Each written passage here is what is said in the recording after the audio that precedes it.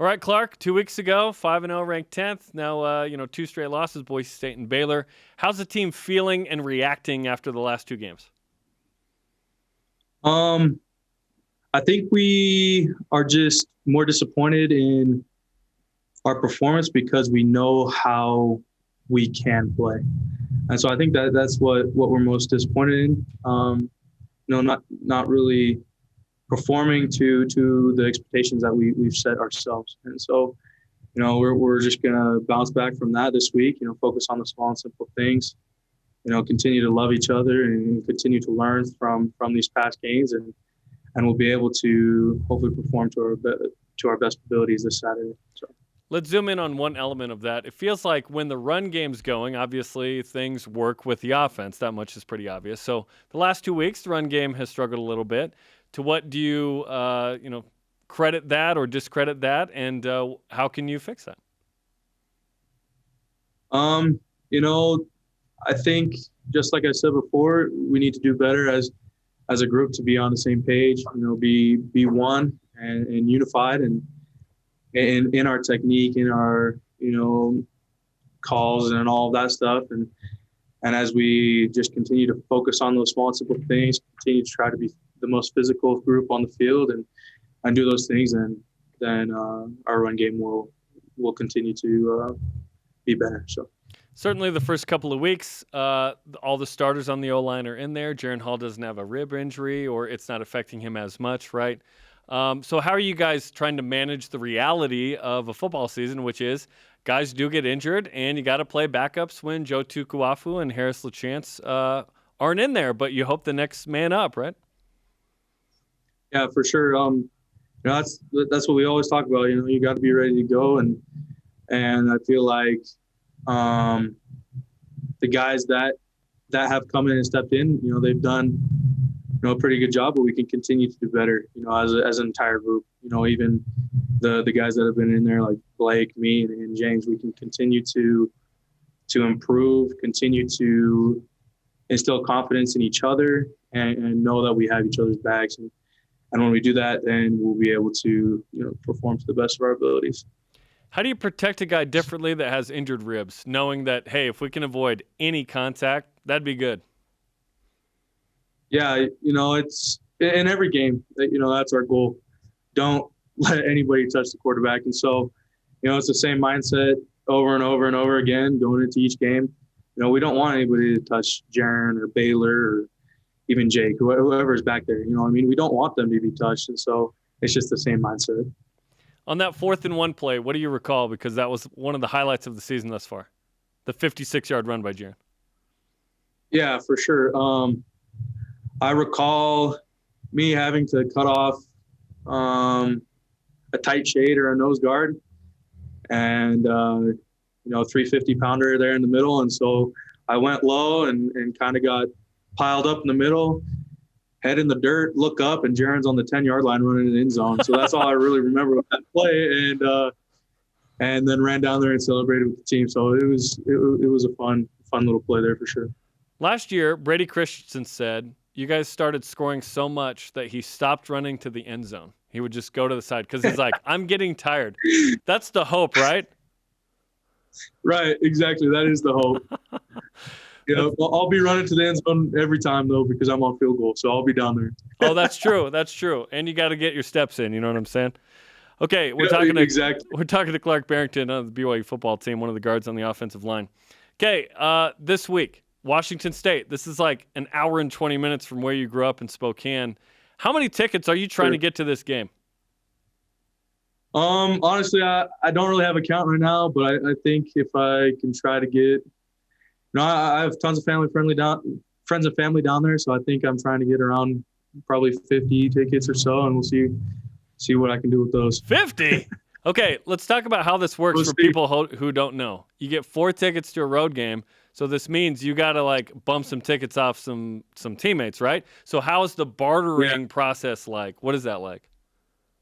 Yeah, so it's kind of difficult.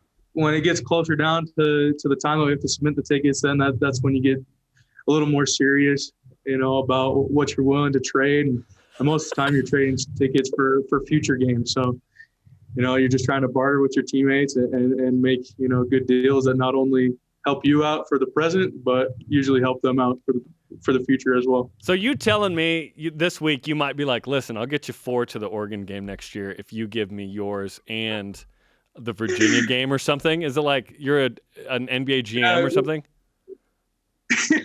We'll see what we can do. Most of the guys are good about it, and they'll just give tickets if they're not using them. So that's funny. Okay, so Puka Nacua goes off too. What did you see from the offensive line and of the breakout game, one of the great games, frankly, in BYU history, especially on the road against a Power 5 team, that Puka Nacua had? Yeah, it was awesome to see him down there, making the plays that he did, and I'm just grateful for that dude. His attitude, his leadership, and everything he brings to the team. He is a playmaker, and he's a great leader for us. So. Is he over by you? Are you looking at him right now? No, okay. I'm not. Okay, because I know sometimes the other guys kind of walk by, and you're like, oh, I better say something nice right now, or dog on him, right? Yeah. No, okay. He's not in the room, so I can say whatever I want. Yeah, exactly. He'll never see this. Fifth exactly. Power 5 of 7. Is there a difference on the field, physically, in the trenches, when you play a Power 5 team versus a non-Power 5 team? Or I suppose it may depend on who that non-Power 5 team is, like a Boise State, right? If you played Cincinnati, it'd feel like a Power 5 team. But is there a difference when you play a Power 5 team? I think so. I think there's a difference in, physicality and size and strength, and but just like you said, it just depends on who we're playing, right? Everybody's going to come in and give us their best, and they're all going to have big guys, strong guys. We're all training in the off season, so you know what I mean. It doesn't really matter, but there's kind of a difference, if that makes sense. I don't know. Yeah. Both your parents went to Arizona. Did you ever think about going to Arizona or Washington State since it was the closest Power 5 school near you? I did a little bit, but in the end, BYU felt like it was the right place. So yeah. Hey, I'm glad you came too. Your brother Campbell's getting some PT right now, which is fun. Okay, walk me through logistically as a 6'1", 180 guy. What's it like to be on the offensive line in a given kind of generic play? You break the huddle. Walk me through what's happening. Who's talking? What are you figuring out before the ball snap? Yeah, for sure. So we get the play call from, Jaren or Baylor or whoever's behind us, and then we make, our calls based upon the defensive front and what the defense has given us, and then off of that, we're just ready for the snap and we go do our thing. So when you say we're making our calls, is it everyone talking? Is it James leading that discussion as the center? Yeah, James leads it, and then it kind of goes out from there. James makes a call, and then depending on what the call is, guard and tackle make a call, and we just make sure we're all on the same page. How has Jaren Hall evolved as a quarterback at the line of scrimmage in some of those calls at the line? He's done a really good job in being confident with what he's calling, and I think that's what we all try to be doing is be confident in our calls and in our scheme, and then that confidence will help us play fast and play to our ability. So, is there quarterback voice? Like your normal voice would be one thing, but in that moment you have to be a little more gruff or something like that. Is that a thing with quarterbacks? I think it is a little bit. We like them to be nice and loud and get that play call clear to us and get the snap count clear to us. When it's extra loud in the stadium. So I think they got to give a little extra oomph behind their calls there. Do you ever say anything that isn't specific to do you say anything that's weird or funny at the line, or is it all business? Not really. When it comes game time, like at practice, of course, yeah, there will be some joking around, some funny calls. But when it comes game time, I got to focus up and make sure I'm dialed in each and every play. So I'm a little more serious when it comes game time. I hope there's a moment where you can replicate what Max Hall did to Austin Collie in 2008 against Utah. Okay, it was a direct snap to Harvey Unger. He scored a touchdown, but Max wanders off and looks at Austin and he goes, he quotes Anchorman, and Jack Ron Burgundy and Jack Black goes, "Did you just throw a burrito at me?" As he's kind of signaling, and Utah goes, "Huh?" They direct snap it to Harvey. It goes in for a touchdown. I need something like that at some point in this season. Okay, is that a fair ask?